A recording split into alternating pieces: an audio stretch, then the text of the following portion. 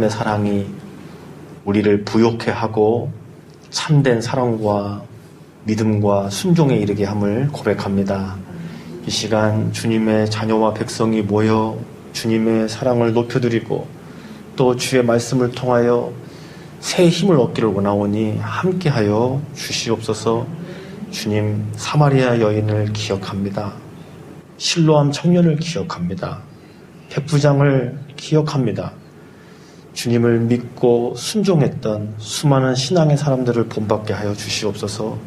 온전히 주님께 사랑과 믿음을, 삶을 드릴 수 있도록 인도하실 줄 믿사오며 예수님의 이름으로 간절히 기도하옵나이다.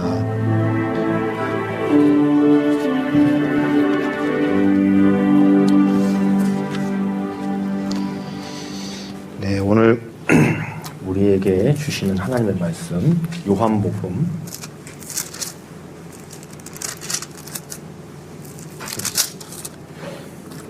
요한복음 12장입니다.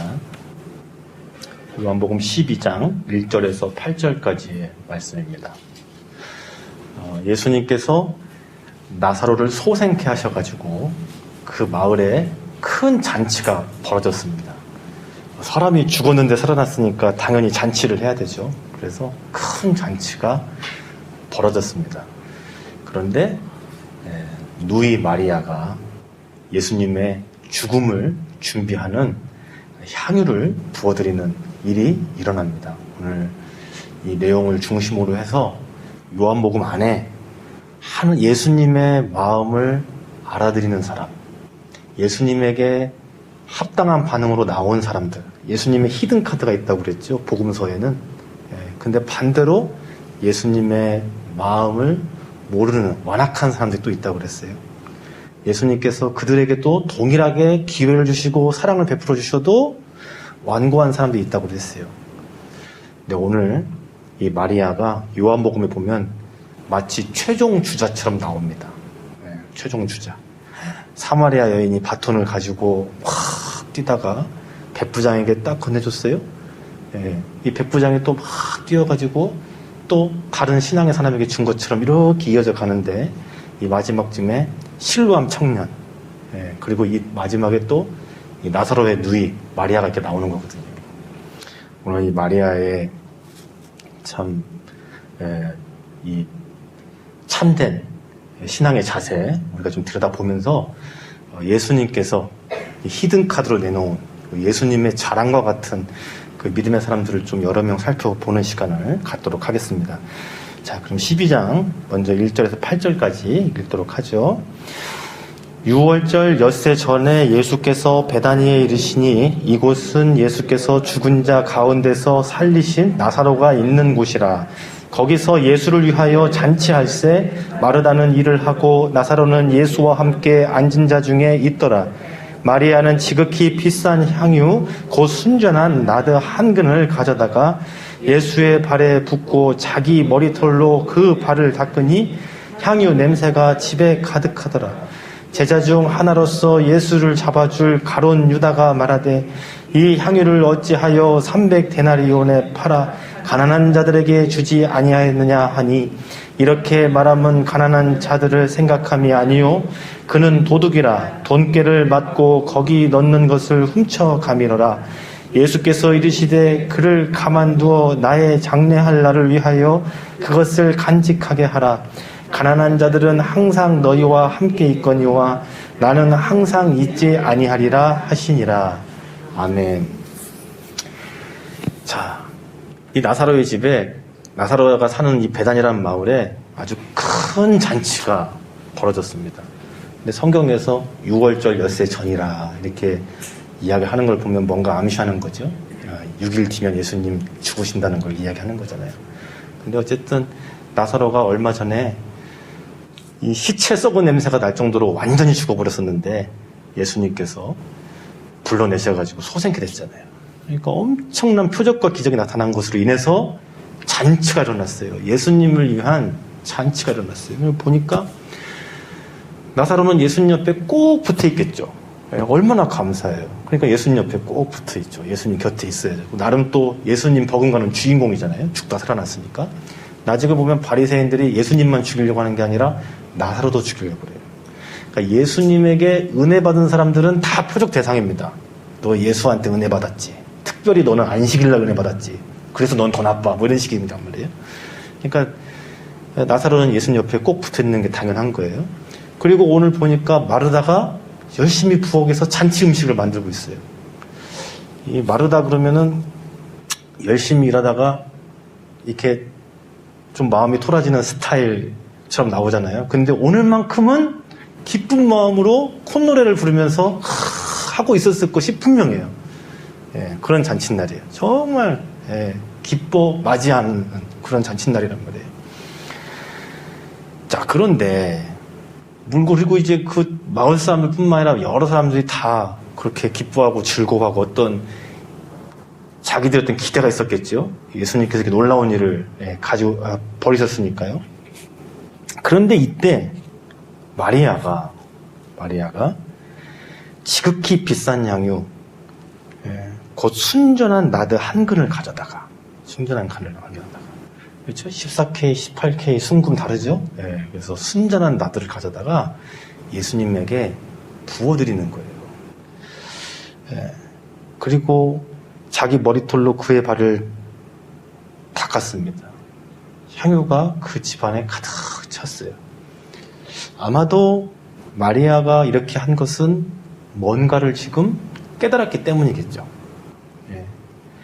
오늘날 치면 잔치라고 하면은 이 마리아가 지금 나와서 노래방 기계에서 마이크 잡고 예수님을 위해서 막 불러도 지금 시원찮을 판인데, 지금 분위기 파괴자로 나온 거예요. 지금 분위기 파괴자. 귀한 나들을 가져다가 예수님 앞에 부어드리고, 어떻게 보면은 눈물을 흘리면서 그 발을 닦고 또 입 맞추고 그럴 수도 있었겠죠. 그랬더니 이 모습을 보더니 가론 유다라는 사람이 비난하기 시작했어요. 뭐라고 비난했느냐? 이거 300데나리온은 좋게 보이는 건데 이거를 왜 낭비하고 허비하냐? 가난한 사람한테 줬으면 더 좋은 일 했을 건데 이게 무슨 허비냐? 이렇게 여인을 비난을 했어요. 그런데 성경에서 자세하게 설명을 해주죠. 가론 유다가 이렇게 말한 이유는 이 돈꾀에서 돈을 빼가는 도적이기 때문에, 아이고 저거 돈꾀에다 넣어줬으면 내가 가져갈 유익이었는데 사실은 그게 속마음이었다는 거예요. 근데 겉으로는 아니 이게 더 좋은 일 할 수 있는데 그게 무슨 낭비냐 이렇게 비난했다는 얘기죠. 근데 이게 가론 유다만 그러는 게 아니에요. 사실은 바리새인들의 별명이 뭐냐면 외식하는 자잖아요. 외식하는 자. 외식이 뭐냐면 겉으로 뭔가를 해가지고 사람을 끌어오든지 재물을 끌어오든지 하는 거예요. 진짜 내 모습이 아닌 것으로 하나님께 갈 영광을 취하는 게 외식하는 것의 핵심이거든요. 사탄이 하는 일이 그거란 말이에요. 이 외식. 그러니까 내가 사실은 내가 아니에요. 그런데 겉으로 꾸며서 이렇게 사람들에게 영광을 취하고 그리고 불이한 이득을 취하는 거. 이게 가론 유다뿐만 아니라 바리새인들 또 심지어는 제자들 안에도 있는 모습이 이거예요. 예수님께서 그 놀라운 일을 행하신 것이 왜 기쁘냐면 역시 우리 예수님은 대단한 분이 맞아. 보고 또 봐도 맞아. 그러니까 나는 나중에 좋은 자리 한 자리를 차지할 수 있어. 내가 팔자가 폈어. 이런 거잖아요. 수많은 군중들이 오병이어 칠병이어를 경험했어요. 예수님은 궁휼한 마음에 미쁘신 마음에 배부르게 하고 싶은 마음, 또 내가 바로 영원한 양식이 된다고 계시해 주시려고 한 건데 사람들은 억지로 임금을 삼으려고 그랬어요.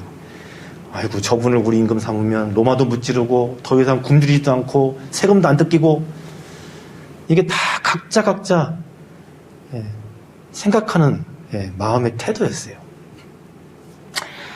그런데 오늘 이 마리아는 왜 요한복음에 나오는 히든카드냐? 심지어는 예수님께서 공간복음 다른 데 보면 복음이 전해지는 곳마다 이 여인의 이야기를 전하라 할 정도까지 칭찬하시는 거란 말이죠. 남들은 다 기쁨에 취했을 때 마리아는 예수님께서 하신 말씀을 기억하기 시작했어요. 공간복음에 가보면요. 예수님께서 3번에서 4번 이상 고난과 죽음과 부활에 대해서 계속해서 반복적으로 말씀을 하십니다. 인자가 해받고 죽고 다시금 부활할 거다. 이거를 3번에 걸쳐서 계속해서 제자들과 사람들에게 말씀을 하세요. 그런데 안 듣는 거죠. 그렇게 말씀하셨는데 안 듣는 거예요. 아이고 예수님 왜 자꾸 무섭게 그런 말씀 하세요. 오래 사셔야죠. 좋은 거 많이 보셔야죠. 뭐 그런 얘기예요. 마음에도 없는 얘기 자꾸 하세요. 뭐 이런 식으로 반응하지 예수님의 말씀을 진중하게 듣는 사람이 별로 안 나옵니다. 그런데 이 마리아는 오빠가 죽었다가 살아나는 것을 보고 나서 우리로 하면 뭡니까? 예수를 체험하고 나서 그때부터는 말씀이 제대로 보여야 될 거 아니에요. 성령님이 마음 안에 우리 오셨다. 그럼 그 증거가 뭐예요? 하나님의 말씀이 제대로 들려야 되는 거거든요. 아, 이게 이런 뜻이었구나. 이게 돼야 되는 거거든요. 근데 마리아는 이렇게 다 잔치하고 기뻐하고 각자 나름 꿈꾸고 있는데 예수님께 집중하고 있었어요. 예수님이 여지껏 하신 말씀이 그러면 사실이구나. 죽는다고 하셨는데, 고난받는다고 하셨는데, 부활한다고 그렇게 말씀하셨는데 우리 오빠가 살아나는 걸 보니까 그거 다 사실이구나. 그러니까 나름 이제 슬퍼지는 거죠. 죽으시는 건가 진짜로? 네. 그래서 자기 나름 최선의 것을 들여서 예수님의 장례를 준비하는 거죠. 아마 마리아가 뭔가를 뚜렷하게 알아서 그래 예수님 죽는 거 맞아. 내가 장례 치러드려야 돼. 이런 마음으로 한 것은 아마 아니었을 거예요. 예수님께 집중하고 예수님 하신 말씀을 보니까 뭐라 그럴까요? 명확하진 않지만 그런 마음이 찾아오는 거죠. 그런 마음이 다 기뻐하고 즐거워하고 사실 내가 지금 나가서 노래라도 지금 부르고 춤이라도 춰야 할 판이지만 그런 마음이 아니라 정말 예수님께 집중했을 때 그 예수님부터 나오는 정말 그 마음들. 예수님이 어느 방향으로 가시는지를 보는 거. 부모님들이 그렇게 말하잖아요. 자식들 다 많아도 내 생각하는 자식은 누구누구밖에 없다고 그런 말씀하는 거 들은 적 있잖아요. 그렇죠? 진짜 부모님 마음 아는 사람, 아는 자식은 몇 안 된다고. 그렇죠? 네. 그런 것처럼 오늘 이 마리아가 정말 예수님의 마음을 알고 속마음을 알고 또 예수님께서 지금 어딜 향하여 가고 계시는지를 알고 지금껏 어떤 말씀을 해오셨는지에 대해서 다시 한번 집중해서 기억하는 거죠. 오늘 우리도 마찬가지입니다. 우리의 삶 속에 하나님께서는 은혜와 긍휼을 베푸시는 분이십니다. 하나님께서는 우리에게 은혜와 긍휼을 베푸시는 분이에요. 짠돌이가 아니세요. 막 달라고 막 해야 겨우 한 번씩 주고 그러시는 분이 아니세요. 은혜와 긍휼을 베푸시기를 즐겨 하시고 그거를 경험하는 것이 우리 하나님의 자녀들에게는 어떻게 보면은 마땅한 일이고 쉬운 일입니다. 그렇잖아요? 자녀가 부모님의 사랑받는 일이 어려운 일인가요? 쉬운 일이죠. 그런데 더 어려운 일은 뭐냐면 사랑받는 자녀가 감사할 줄 아는 거는 되게 어려운 일인 것 같아요. 너무나 당연스럽게 생각해가지고 너무나 마땅하게 생각해가지고 문제지. 하나님의 은혜는 하나님의 자녀라면 다 누릴 수가 있습니다. 도리어 그거에 대한 합당한 감사. 그래서 내가 주님의 마음을 알고 더 성숙해져서 이제는 주님께서 마음 아파하시는 게 뭔지도 알고 주님의 눈길이 어디에 가 있는지도 알고 주님과 함께 동역할지도 알고 그것이 성숙한 자녀의 모습인 거죠. 근데 그게 사실은 더 어렵단 말이죠. 근데 오늘 마리아가 그 일을 해내고 있다는 거예요.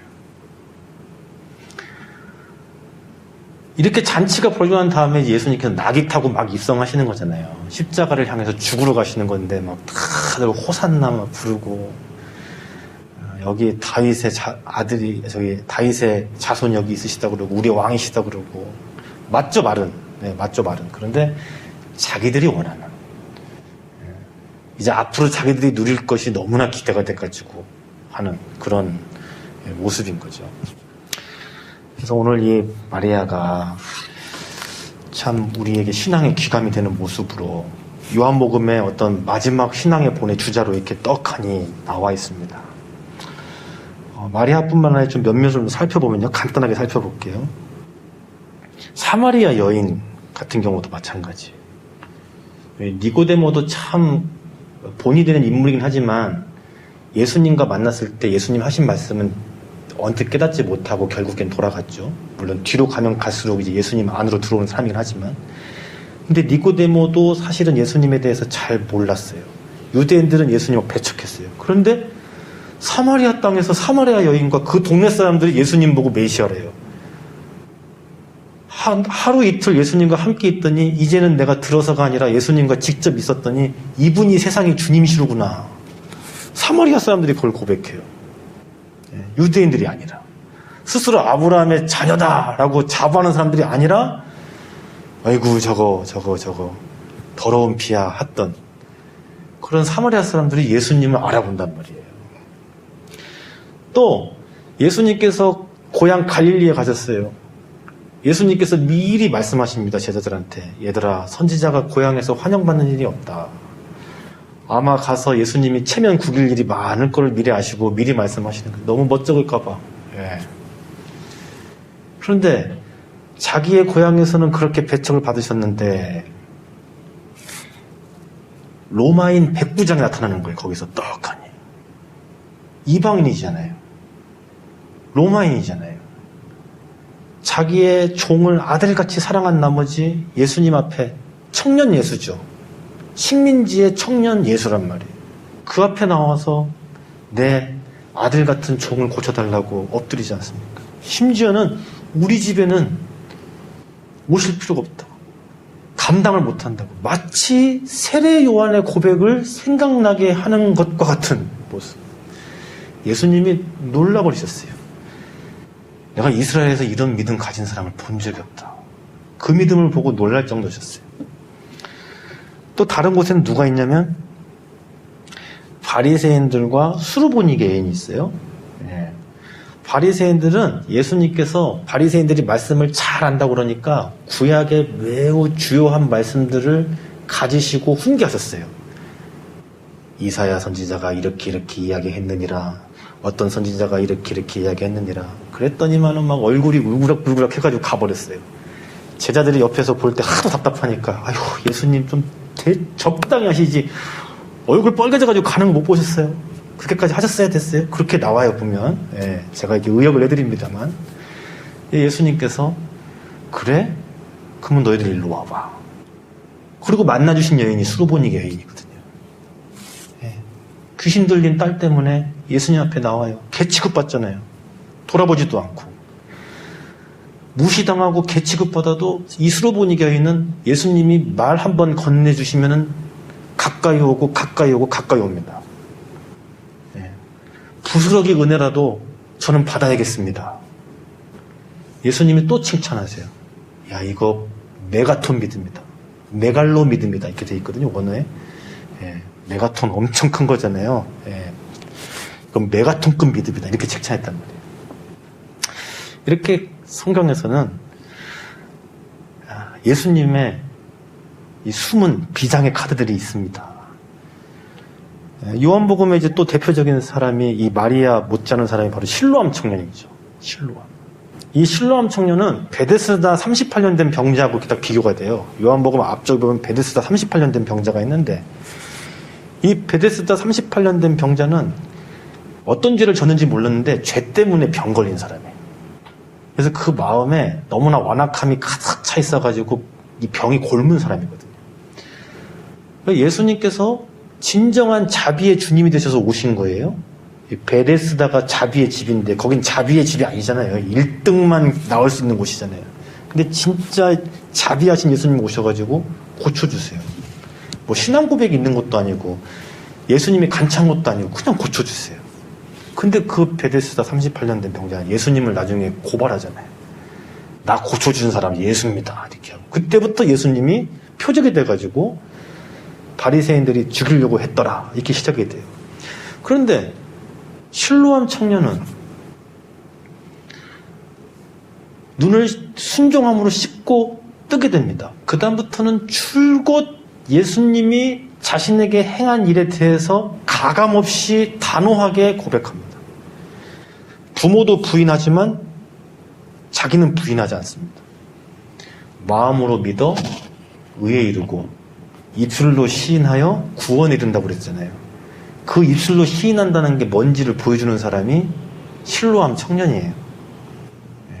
그냥 사형리 고백하면 구원받는 게 아니라 예수를 부인하지 않는 거예요. 유대교에서 축출당하고 내 삶이 꼬이더라도 대가를 지불해도 부인하지 않는 거, 시인하는 거. 그의 부모는 평생의 소원이, 꿈같은 소원이, 꿈도 꾸지 못할 소원이 아들 눈 뜨는 거였는데 예수님이 고쳐줬는데도 부인했잖아요. 내 아들도 맞고 눈 뜬 것도 많은데 맞는데 누가 고쳐준지는 모르겠어. 예수님이란 걸 아는데. 이유는 유대교에서 축출당할까 봐. 그런데 이 실로암 청년은 담대하게 신앙 고백을 합니다. 이렇게 성경에서는 예수님의 참 히든카드, 봐라, 이렇게 여기 이렇게 있잖냐 버젓이, 그렇죠? 구약 성경에서 보면 남은 자들이 항상 있어요. 남은 자들이 성전 다 무너지고 나라 다 뺏기고 처참하게 막 된 것처럼 보여도 항상 거기에는 남은 자들이 있어요. 믿음을 이어가는 사람들이 있어요. 중요한 거는 우리가 남은 자가 돼야 되고 우리가 주님의 히든카드가 돼야 되는 거고 그런 거겠죠. 예. 우리가 가론유다가 되고 우리가 바리새인이 돼야 되고 우리가 그런 사람이 되는 게 아니고, 예. 우리가 사마리아 여인 같은 그런 사람이 돼야 될 거고 또 실로암 청년이 돼야 되는 거고 오늘 마리아처럼 돼야 되는 거죠. 주님께서 이렇게 참 신앙의 사람들, 믿음의 사람들 성경에 기록되게 하셔가지고 오늘 우리에게도 동일하게 도전하고 계십니다. 주님의 마음을 아는 사람, 그렇죠? 오늘 마리아처럼 다 기뻐하고 막 어떤 자기만의 어떤 기대감에 막 차 있을 때도 예수님께 집중할 줄 알고, 또 반대의 경우도 있겠죠. 막 다들 의욕이 떨어져가지고 뭐 죽네 어쩌네 해도 믿음으로 하나님이 하신다, 하나님이 함께 하신다, 하나님께서 지금 일하고 계신다, 이렇게 할 수 있는 사람이 또 돼야 되겠죠. 거꾸로 얘기를 하면요, 그렇죠? 정말 하나님께 집중하고 하나님께 바른 반응을 하는 사람, 그런 사람 되기를 우리 주님께서 오늘 우리에게 원하고 계십니다. 함께 기도하시겠습니다. 살아계신 하나님, 우리가 주님께 참 믿음과 순종과 반응을 드리기를 원합니다. 오늘 마리아를 비롯한 수많은 주님의 숨은 카드들을 보았습니다. 신앙의 사람들을 보았습니다. 우리가 보고 들은 바대로 배우고 또 그렇게 따르고 순종하게 하여 주시옵소서. 주님, 이 혼탁한 세상 속에서 남은 자가 되게 하옵소서. 믿음을 지키며 하나님을 세상에 나타내는 그러한 귀한 백성 되게 하여 주시기를 원합니다.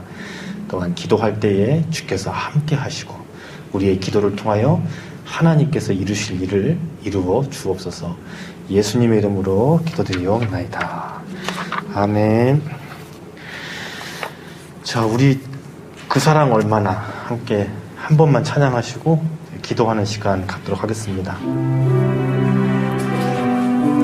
네, 우리 주님 닮아가기를 원합니다. 우리 주님 베푸신 그 사랑으로 부요하게 되기를 원합니다.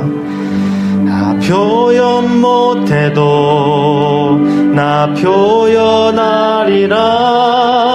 다 고백 못해도 나 고백하리라.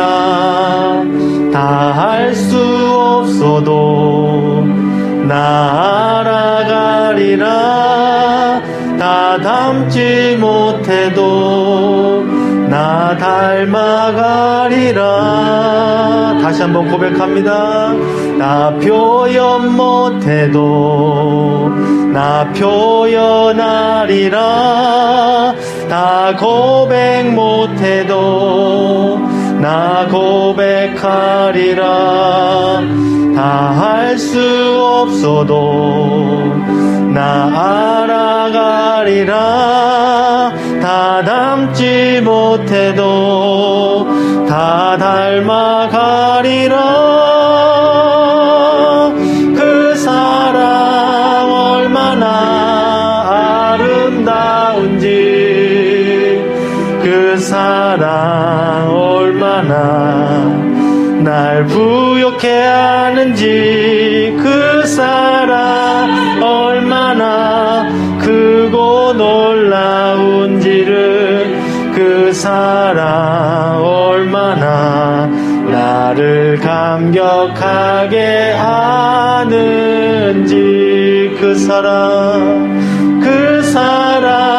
얼마나 아름다운지, 그 사랑 얼마나 날 부욕해 하는지, 그 사랑 얼마나 누고 놀라운지를, 그 사랑 얼마나 나를 감격하게 하는지. 우리 그 주님의 사랑을 기억합시다.